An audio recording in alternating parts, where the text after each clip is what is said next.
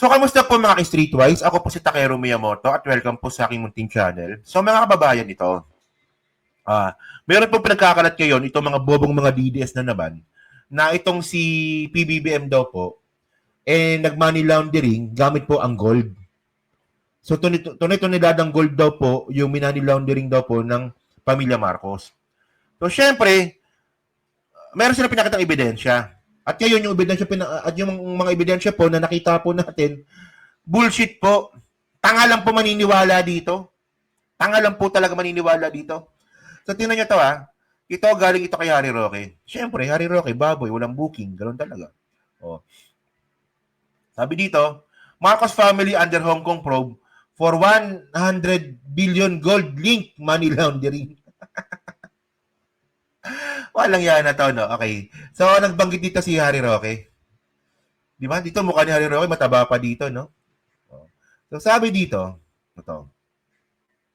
Former presidential spokesperson Harry Roque, during a Facebook Live broadcast from the Netherlands, Thursday, revealed that the Hong Kong government is currently investigating the Marcos family for alleged large-scale money laundering involving gold transaction worth an estimated $100 billion.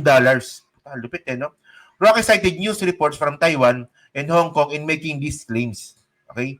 So, according to the information, he shared the Anti-Money Laundering Department of the Hong Kong Money Authority has established special investigation team to probe the Marcos family alleged involvement in suspicious gold transaction. Alam niyo mga kababayan, alam niyo kung anong problema dito sa claim nila?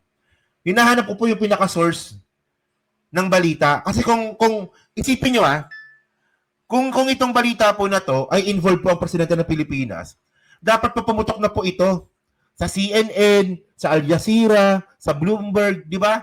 Pero wala po tayong makita na mainstream media po, international, ang balita pa nito.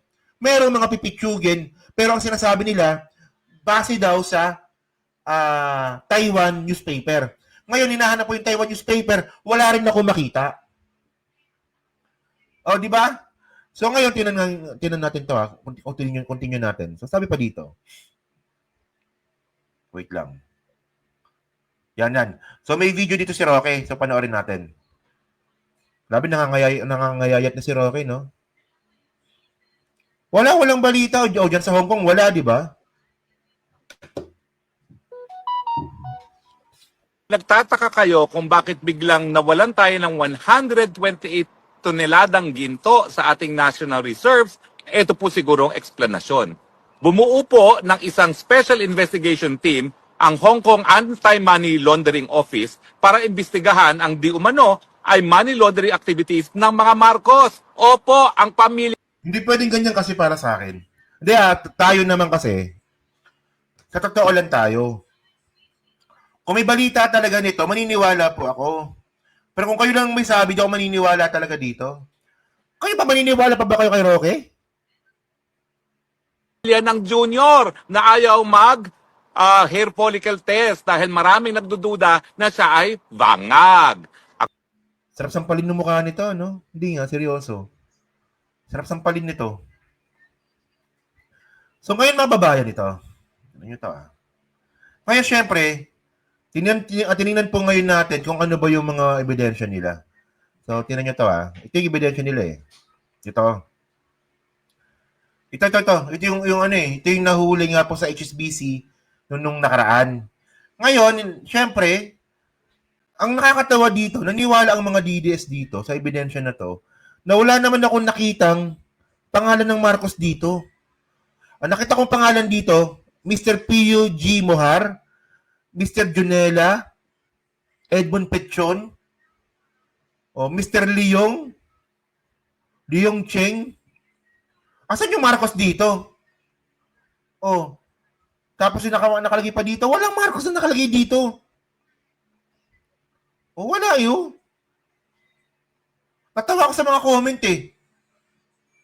Ito yung una nilang ebidensya Hindi ko alam kung anong connection nito Ngayon, ano ba, i-connect nyo na naman yung Junela, yung mga nakalagay na pangalan dito, i-connect nyo kay Marcos. So, asan yung ebidensya ninyo konektado ito? Wala rin ganung ebidensya. Okay? Tapos, ano bang ebidensya nila? Ito pa. Yung Asia Today. Ito. Facebook post ng Asia Today. So, tingnan nyo kung makikita nyo yung pangalan ng Facebook page, mukhang legit kasi nga Asia Today eh. Pero ang una kong tanong dito, bakit walang blue check? Walang verified check? Kasi kung mainstream media ka talaga, dapat meron kang verified na check. Verification from Facebook. And then, by the way, nakita ko Asia Today tapos ang share post si Kitty Duterte. Ano nyo yun, no? Asia Today. Nakapost. Share yung post si Kitty Duterte. Ano yan? Ay, ang tanga-tanga naman ng mga to. Tapos, mga kababayan, saan na ba yun? Meron pa yan eh. Gmail yan eh. Ano ba yun? Ay, isa pala yung Gmail pala. Punta ko Asia Today punta natin Asia Today. Hindi ko na eh. Hindi ko pala naisama sa screenshot. Mamadali kasi ako. Asia Today. Ito ba yun? Ito nga yun. So, about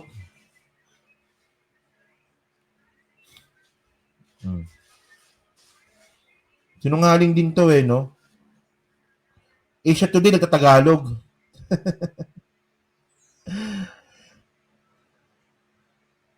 Nahanap ko yung post eh. Hindi ko na makita. Ito Asia Today. Tingnan nyo Asia Today, yung pangalan ng tapos may post siya ditong Tagalog eh. Ano ba yun? Ayan no? Taka lang pakita ko sa inyo. Lakayan ko lang. Tingnan nyo ito Yan ang Asia Today. Ito rin yun eh. Asia Today. Anong nakalagay? Maganda ngang sinusuot galing naman sa nakaw. So hindi to mainstream media ng Hindi to mainstream media ng Taiwan. Halata naman. Di ba? Tapos yung sa panilang ebidensya dito, ito. Yung yung Chinese na yan. Ang nakakatawa kasi dito mga kababayan, saan ka nakakita, ito nga, meron nga Blue Range, pero pag in-email mo naman sila Gmail, American company pa yung ginamit. China VTV TW. Pag in-email mo naman, Gmail yung gamit. Teka lang. Ito pala. Yan. So wala kang sariling email domain. Nakiki-Gmail lang kayo. Ay, nako, ewan ko lang pero ayun yun eh. Ito yun eh. Yan Yan. So yung sinira niya dito, ito. Di ba? Tapos Prosara pa. Malamang ito yung binabayaran sa sa Makati. Malamang, no? Kasi mga kababayan, no? Kasi kung totoong legit na media company ka, dapat meron ka sariling domain ng email. Parang ito CGTN. Ito CGTN mga kababayan, ito yung media company na mga pinagtatrabahuan ni Martin Andanar. So makita nyo naman dito no, na merong CGTN at cgtn.com. So pwede mo silang i-email sa ganyan. Di ba? So, and then, by the way, meron pa silang pinakitang ebidensya dito. Ito pa. Magpapakita na lang ng ebidensya na totoo yung paratang nila. 2009 pa. Ano yun? Ayan 2009. So ang tanong dito, anong klase propaganda ito?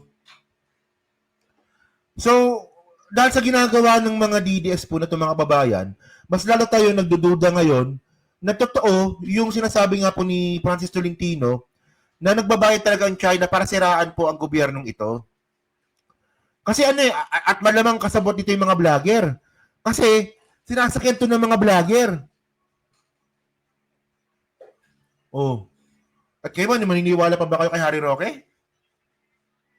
Tanga-tanga nyo naman pag naniniwala pa kayo kay Harry Roque. Di ba? Parang si Pulong din pala si Harry Roque, no? Ano rin eh. Human trafficker din eh. Oh. 2009 si Gloria. 2009 eh. Gloria pa to eh. Oh. Ito yung pinakita ni Toto Kausing eh. Proud na proud pa si Toto Kausing dito. Ito, ebidensya ito. Sabi ni Toto Kausing, ebidensya ito. Oh. Kasi may pirma naman si First Lady dito. First Lady Romualdez Marcos. So, request ata ito sa bangko eh. Pero matagal na to. 2009 pa to. Oh.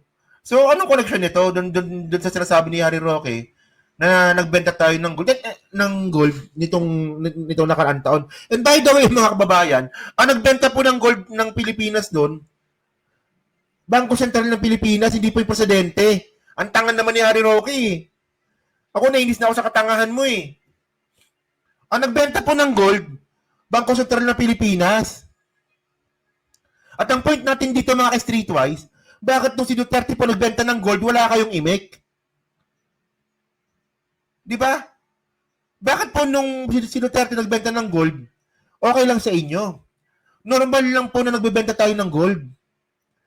Di ba? Ang Pilipinas po, no? Meron tayong minahan ng ginto dito sa Pilipinas. So, normal lang po at nagiging parte yun ng ekonomiya natin na tayo po nagbebenta ng gold. Ayan ko, matangahan na ako sa inyo. So yan na, so kayo po dyan, no, na pumasabi nyo nga po dito sa bagong paratang nga po ng mga DDS. So kayo ba naniniwala ba kayo dito sa sinasabi nila? Na, hindi kasi, ito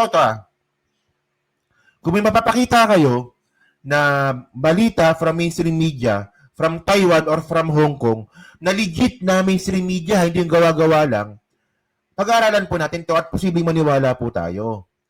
Pero kung ganito lang mga kababayan, napaka-imposible naman na sangkot ang presidente ng Pilipinas, sangkot ang isang presidente na hindi po ito babalita ng malaking media company. Sobrang labo po talaga nun. O, di ba? So, yun, nasa comment na po sa baba at binabasa ko pong lahat yan. Nandiyan po sa team replay, di ba? So, pa-like, pa-subscribe, hindi makalabisan, pa-share din po ng video po na to.